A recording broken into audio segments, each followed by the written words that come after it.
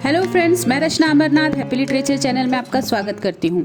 So topic of today's video is pigeon and creole. तो friends, इस topic का जो टेक्स्ट है उसको हम समझते रहेंगे, लेकिन मैं पहले आपको एकदम शॉर्ट में समझाती हूँ इस टॉपिक का क्या मतलब है, पिजन क्या है, क्रियोल क्या है। पिजन और क्रियोल सोशियो लिंग्विस्टिक का सब टॉपिक है। तो actually it is based on language. तो जो पिजन है वो ना ही किसी का मदर टंग है और ना ही first language, but still it is a language. तो ये किस टाइप का लैंग्वेज है? ये एक डेलिबरेटली क्रिएटेड लैंग्वेज है जो कि आउटसाइडर लोग जो है उनको कम्युनिकेशन में फैसिलिटेट करता है। तो एक तरीके से देखा जाए तो ये मिक्स्ड लैंग्वेज है। तो ये मिक्स्ड लैंग्वेज या फिर ये लैंग्वेज, ये जो पिजन है वो कैसे क्रिएट होता है? जब दो लोग जो अलग अलग लैंग्वेज बोलते हैं वो एक साथ काम करते हैं, चाहे वो ट्रेडिंग पर्पस या फिर कोई भी बिजनेस पर्पस या फिर कोई भी रीज़न हो जिसके वजह से दो अलग लैंग्वेज स्पीकर जो है एक साथ काम करते हैं और उनके पास कोई भी लैंग्वेज इन कॉमन नहीं होता है, उनको लैंग्वेज इन कॉमन नहीं आता, तो वो लोग अपना ही लैंग्वेज एक क्रिएट करते हैं। दोनों लैंग्वेज के वोकैबुलरी को यूज़ करके एक लैंग्वेज बनता है। तो वो लैंग्वेज क्या होता है? पिजन। तो क्योंकि ये सिस्टमेटिकली फॉर्म्ड लैंग्वेज नहीं है, मतलब एक प्लानिंग के थ्रू नहीं बना हुआ लैंग्वेज है, एक सर्कमस्टेंसेस की वजह से बन गया है। मतलब एक कंडीशन ऐसे आई कि दो स्पीकर्स जो हैं जो अलग अलग लैंग्वेज बोलते हैं उनको एक लैंग्वेज इन कॉमन बनाना है, तो लोग ने अपने अपने वोकैबुलरीज को यूज़ किए, कुछ सेंटेंस को यूज़ किया और ये लैंग्वेज बन गया। तो इसमें जो इंपॉर्टेंट लैंग्वेज के एलिमेंट्स हैं वो सारे मिसिंग हैं, जैसे कि एक प्रॉपर वोकैबुलरी, फिर स्ट्रक्चर, सेंटेंस जो स्ट्रक्चर होता है वो, फिर मीनिंग, ये सब चीज़ें जो है इसमें मिसिंग रहते हैं। तो पिजन ज़्यादातर अफ्रीकन कंट्रीज़ में डेवलप हुआ है क्योंकि वहाँ पे बहुत सारे एथनिक ग्रुप्स होते हैं। तो इन लोग आपस में बातचीत करने के लिए पिजन को डेवलप किए, क्योंकि इनके पास कोई लैंग्वेज इन कॉमन नहीं था जिसे हम बोलते हैं लिंगुआ फ्रेंका, तो वो इनके पास नहीं था, इसलिए पिजन बहुत ज़्यादा यहाँ पे डेवलप हुआ है। तो अब देखते हैं क्रियोल क्या है। तो ये जो पिजन स्पीकर होते हैं जब वो किसी जगह पे परमानेंटली सेटल हो जाते हैं और वो वही लैंग्वेज को कंटिन्यूसली यूज़ करते रहते हैं, तो फिर उनका जो लेटर जनरेशन है, मतलब जो फ्यूचर जनरेशन है, वो तो स्टार्टिंग से वो लैंग्वेज को अडॉप्ट कर लिया, उसको बोलना शुरू कर दिया, तो ये लैंग्वेज इनका क्या हो जाता है? उनके लेटर जनरेशन का फर्स्ट लैंग्वेज। तो ये जो फर्स्ट लैंग्वेज इस तरीके से जो बनता है उसको बोलते हैं creole. Now let us try to understand the same topic with reference to text. The word pidgin refers to a language used as a means of communication between two people who do not share a language in common, means common language, or you can also say lingua franca. तो ये pigeon को contact language भी कहा जा सकता है। तो ये जो वर्ड है पिजन वो कैसे पड़ा? In the beginning of the 19th century, China used to call English as a trade language और you can say business language. Trade language या तो बोलते थे या तो बिजनेस लैंग्वेज। किसको? इंग्लिश को। और बिजनेस इंग्लिश को क्या कहा जाता था? Pigeon English. पिजन इंग्लिश वो इंग्लिश था जो कमर्शियल पर्पज, जो ट्रेड के लिए यूज किया जाता था। फिर ये जो वर्ड है पिजन, इसको मिस प्रोनाउंस किया गया, उसकी स्पेलिंग को भी अलग तरीके से लिख दिया गया, तो फिर वहां से वो ट्रेंड बनते चला गया और ये वर्ड PIDGIN, ये जो स्पेलिंग है, जो वर्ड है, वो ट्रेंड में आ गया, वो स्टैंडर्डाइज्ड हो गया। The term Pidgin English was first applied to the commercial lingua franca used in southern China and Melanesia, but now Pidgin is a generic term that refers to any simplified language that has derived from two or more parent languages. तो Pidgin कैसे derived होता है? दो या फिर दो से ज़्यादा parent language या फिर बोल सकते हैं native language को mix करके पिजन लैंग्वेज बनता है। और ये क्यों बनता है? कि कोई भी जो ट्रेडर्स है वो अपने कम्युनिकेशन को कन्वीनियंट करने के लिए ये पिजन लैंग्वेज डेवलप करता था।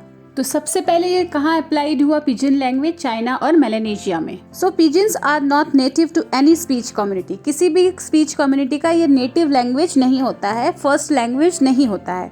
It is built from the words and sounds from a number of languages with a limited core vocabulary. इसकी जो vocabularies हैं बहुत ही कम है। In short, पिजन जो है वो एक simplified language है, मतलब बहुत ज़्यादा उसमें vocabulary नहीं है, बहुत ज़्यादा ग्रामर नहीं है, बहुत ही सिंपल तरीके से बनाया गया है ताकि बस वो एक कम्युनिकेशन के लिए अपने मैसेज को एक दूसरे को शेयर करने के लिए यूज़ कर पाए। So as we have already discussed, most African countries are made up of numerous different ethnic groups who do not necessarily have a lingua franca, so Pidgin has developed there. Compared to the other source languages, Pidgin shows a characteristic simplification of linguistic structure. तो जो language के elements होते हैं pidgin में बहुत ही ज़्यादा simple है अगर हम उसको दूसरे लैंग्वेज से कंपेयर करेंगे तो. That concerns all aspects of grammar, lexicon, phonology, syntax, semantics, morphology. तो ये सब क्या है, लैंग्वेज के एलिमेंट्स है. तो ये बहुत ही सिंपल रहते हैं किसमें, पिजिन में.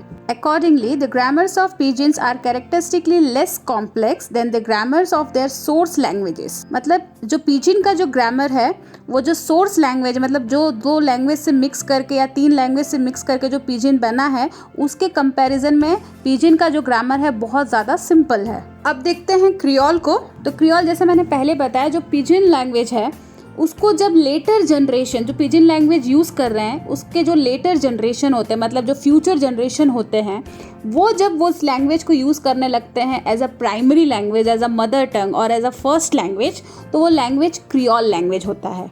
तो इस लैंग्वेज का स्ट्रक्चर कैसा होता है, जो वोकैबुलरी रहती है वो डोमिनेंट ग्रुप से ज़्यादातर लिया जाता है. मतलब जो स्पीच कम्युनिटी है, दो स्पीच कम्युनिटी, उसमें जो डोमिनेंट होगा, जो पावरफुल होगा, उसमें से वोकैबुलरी लिया जाता है और जो सबऑर्डिनेट है मतलब जो उससे कम होते हैं उससे ग्रामर लिया जाता है. Creoles typically arises as a result of contact between the language of a dominant group and that of subordinate group as happened as the result of European trade and colonization. तो ये creole language develop होने के पीछे जो reason था, जो cause था, वो क्या था, European trade and colonization. The earliest reference to a Creole language is to a Portuguese-based Creole spoken in Senegal. तो सबसे पहला जो रेफरेंस मिला था कौन सा था, वो Portuguese-based Creole. The vocabulary of a typical Creole is supplied from most part of the dominant language, while the grammar tends to be taken from subordinate language. A Creole develops as a new generation grows up speaking the Pidgin as its main language. तो Creole कैसे develop होता है, जो new generation है वो pidgin को बोलते बोलते बड़े होते हैं, यूज करते करते बड़े होते हैं, तब वो क्या डेवलप हो जाता है, कौन सा लैंग्वेज, क्रियोल.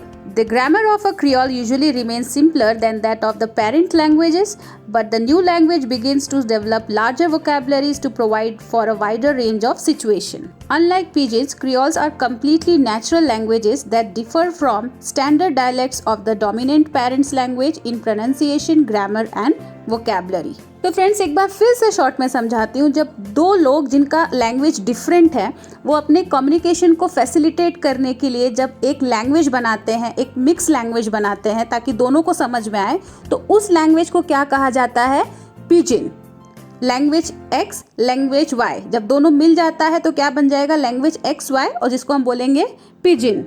और फिर वही लोगों के जो फ्यूचर जनरेशन है, जो लेटर जनरेशन है, उसी लैंग्वेज को यूज़ करते करते बड़े होते हैं, एकदम वो हैबिट में ला देते हैं उस लैंग्वेज को, तो वो लैंग्वेज उनका प्राइमरी लैंग्वेज बन जाता है, मदर टंग बन जाता है.